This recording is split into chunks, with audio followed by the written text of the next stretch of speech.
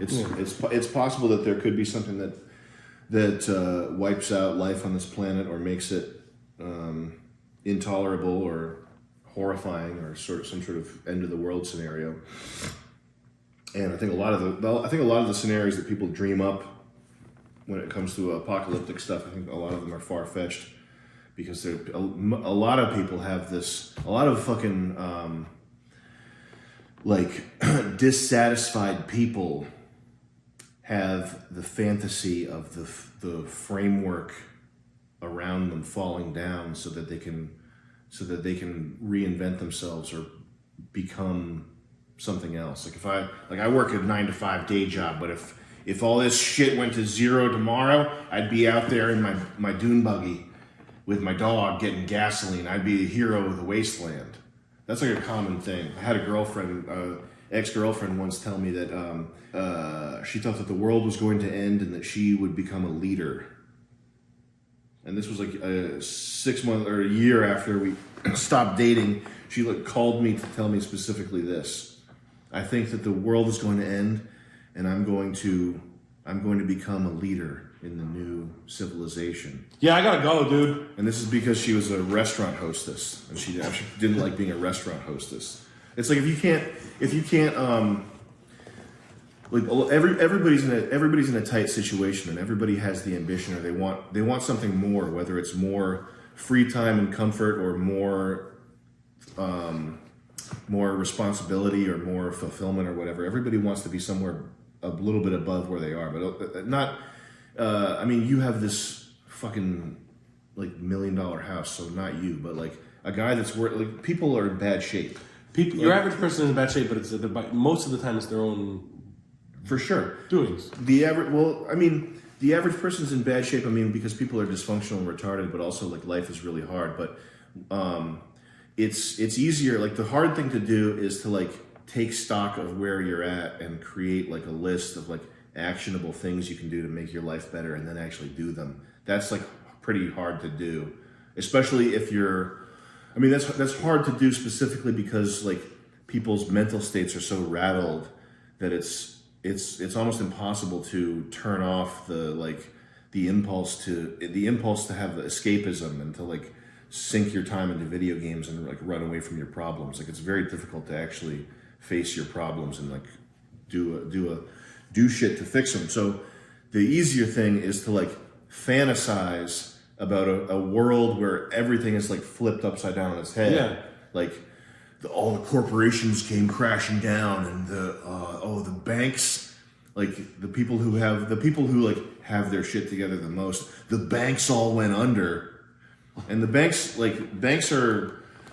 probably will go under. It seems like we're headed for something like that realistically, but it's pleasurable to fantasize about, because in a world that's flipped on its head, you, the peon, the shithead, the guy with no agency or means or ability to do anything, in the flippy world, you're on top because you have a AK-47, or you have a whatever flare gun. You have a flare gun and you have your bug out bag, and you've been waiting for this moment, and you're gonna, what's up. But anyway, but in reality though, there are existential threats to existence, and having a backup planet is a good idea. Backup planet. Well, it's all a computer sim anyway. All this. I think that's implausible, but it's. You do? I wouldn't bet my life on it not being a computer sim. It's possible. It's. Deja vu and all that stuff, and that ever rock your world? I have deja vu. It doesn't strike me as some evidence of that we're simulated beings or whatever. It's just so many what do they call it? Easter eggs? Is that what it is? In your day where you're there is a lot of what does Jung call it, Joey? Duality, synchronicity. Synchronicity. Is that it? Synchronicity. Yeah. When things line up weirdly. Yeah, there's a lot of stuff like that. I'll see your hat or something like that, and then you'll you've never seen it before, and then you'll be driving on the road 20 minutes later, and the sticker will just be on the back of a car. Yeah. And then you're oh, my riders are so clever. I'll sell the same person a car, 2 single moms doing the same thing or something like that. I'll grow the same type of guy, business owner, trading in a gray car. 2 silver, they'll come in what are the odds of that? That's so weird to me.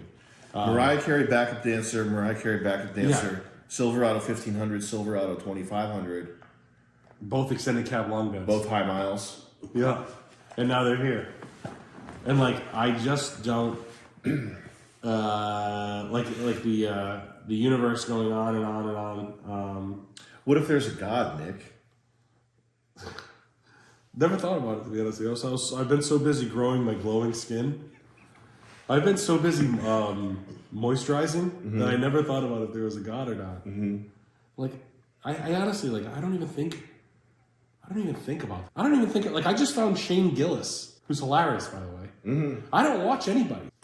What does that have to do with God, though? Like, I don't look into... You don't look into it? I don't look into You don't look on anything. YouTube into whether For it's God. Yeah. So, like, I don't even, like, watch anything. People are like, you never heard of that? I'm like, no. No. Dude, I just found, like literally, I feel bad. The guy's funny as hell. What does this have to do with God? I don't have time to find God. Okay. Like, God and faith and... You know, you just work and you hope it does. You know, I heard a long time ago, God is you. Do you ever think about existence though, like the nature of reality, like why things are the way that they are? That there's a higher being? No, just in general, like why is everything the way that it is? Nope. I don't think about that. Yeah. Literally, like you mean like evolution and Yeah. like everything, like fucking particles. Like The fact that particles even exist, like what the fuck? Here's the thing. It's crazy. A lot of guys build 2x6. Yeah. And they think they're doing themselves a favor. Yeah. It all goes back to the roof. No, I don't like no, I don't even think about that at all. You do? Yeah. To what level? I've binged watched every YouTube video that you can about quantum physics. Really? Yeah. And I've gone through the like Stanford like quantum physics course on YouTube and like done matrix math and like fucking shit like that. Hey, where you get your calculator, you fucking nerd? Calculus over here. I did a little calculus. Really? Yeah. Why? Over fear of? Because it's pretty fascinating. Yeah. And How come you don't go back to school and go be a rocket scientist? I don't care that much. All right. But Sam Hyde, the rocket scientist, always pulling jokes in the lab. So nobody really knows. You're burning pubes. Nobody really knows why things are the way that they are, or even what the fuck they are. They can sort of drill down to a level beyond which they think that there's nothing else, but there's no definitive. There are no people who have like definitive actual knowledge of what things are or why things are beyond a certain level of resolution. You mean like where there's not gonna in a perfect world when we get it all figured out, you'll be able to turn into a 2,000-foot rod and fly through space? No, I just mean like just in terms of like scale.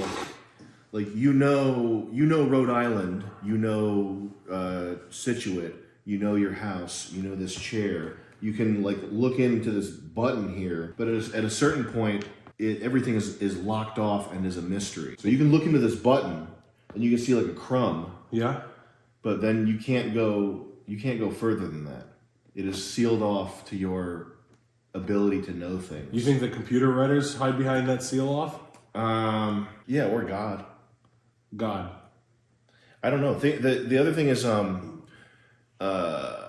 there's I think this is what the term of the fatal conceit refers to. There's a book called The Fatal Conceit, and I think it's about politicians' conceit, their conceited belief that they can impose a better structure on society from the top down. I think that's what the book of Fatal Conceit is about. But if I hear the term of fatal conceit, I think it's also a fatal conceit to believe that just because you can understand 90% of something, that it's within your grasp to understand 100% of something. Because there are people who like the stuff that scientists do and like particle physicists do is like enormously complex, and you know take a person with 130 35 or 140 IQ, get them to spend a lifetime studying something and thinking about something, and they'll understand like more or less the hypothetically how the Big Bang happened or whatever. But even then, you've got people that have conflicting ideas of what could have possibly happened during the Big Bang. But you can have somebody who like understands atoms and electricity and electrons and how smaller particles work, and who understands how subatomic particles and quantum particles work. But I think that once you have that level of understanding of something, or once you like actually understand how evolution works, it's tempting at that point to think that the last 10% or the last 5% of what knowledge there appears to be is in your grasp. Do you know what I mean? Yeah, like that would piss me off though. It's like with self-driving cars. Self-driving cars, it's the easiest thing in the world to make a fucking thing that so you got rogue drunk guy out there that makes a thing that like analyzes some like basic shapes and decides whether you should go left or whether you should go right. And then it's like degrees, it's orders of magnitude more complexity to like teach a computer whether you should bear right or whether you should turn hard right or whether you should make a U-turn. Once you start adding subtlety, it's an order of magnitude means like times 10. So if something is an order of magnitude more difficult, it's not just like twice as difficult. It's not just a little bit more difficult. It's 10 times more difficult. So once you start adding orders of magnitude on top of orders of magnitude, you get 10 times 10 times 10 times 10. You get big ass numbers. So like making a self-driving car that can do lane keep assist. Like lane keep assist is easy. Like everybody fucking GM figured out how to do lane keep assist, and it sucks too. It's not good. It's dangerous. Like you'll make a turn, and the thing will start grabbing the wheel out of your hands and fucking take you off the road. So even then, it sucks dick. Tesla's like the cutting edge of self-driving technology, and every time they talk about it, they're 2 years out. In 1 year, we'll have fully self-driving. In 2 years, we'll have fully self-driving. We're gonna have it in another 2 years.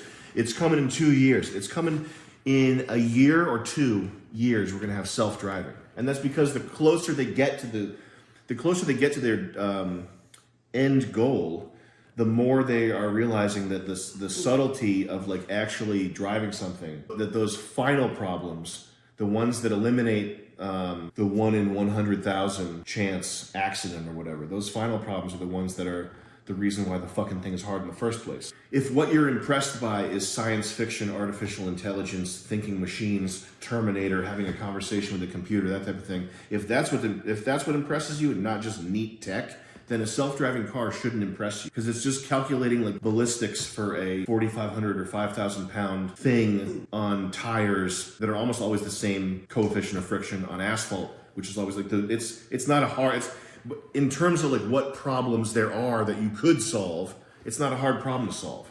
It's a fucking Tonka truck. The fact that self-driving cars are not here should depress you. If you're into artificial intelligence, if you think that computers are cool, you shouldn't be like, oh man, this is so cool. Hey Reddit, we got a self-driving car. No, fag it, okay? You're not on Star Trek. You made a block with 4 wheels, make go-go and turn. When you get into baby's first science, baby's first math, and they even do this at the highest level, this is what I believe any professor, any scientist, any mathematician who says he's an atheist, this is probably why they are the way that they are, is because they have grasped so much and contemplated so much of the nature of reality, and they've gotten so far. They've gotten like 90% of the way there. They're driving down the road with lane keep assist, but oops, there's a pedestrian there, they can't identify it. They're 90 or 95% of the way there. They think that they can get that last 5% and make it all make sense without admitting that there's, or even allowing for the possibility that there are things beyond our understanding about why things are the way that they are. None of these people can go, I understand everything, and be truthful about it, because they don't. Right, it's not like there's a beginning, a middle, and a hard end where they're like, "Yep, it's done." Mm-hmm. Oh yeah, and I think it's possible that it would never be done.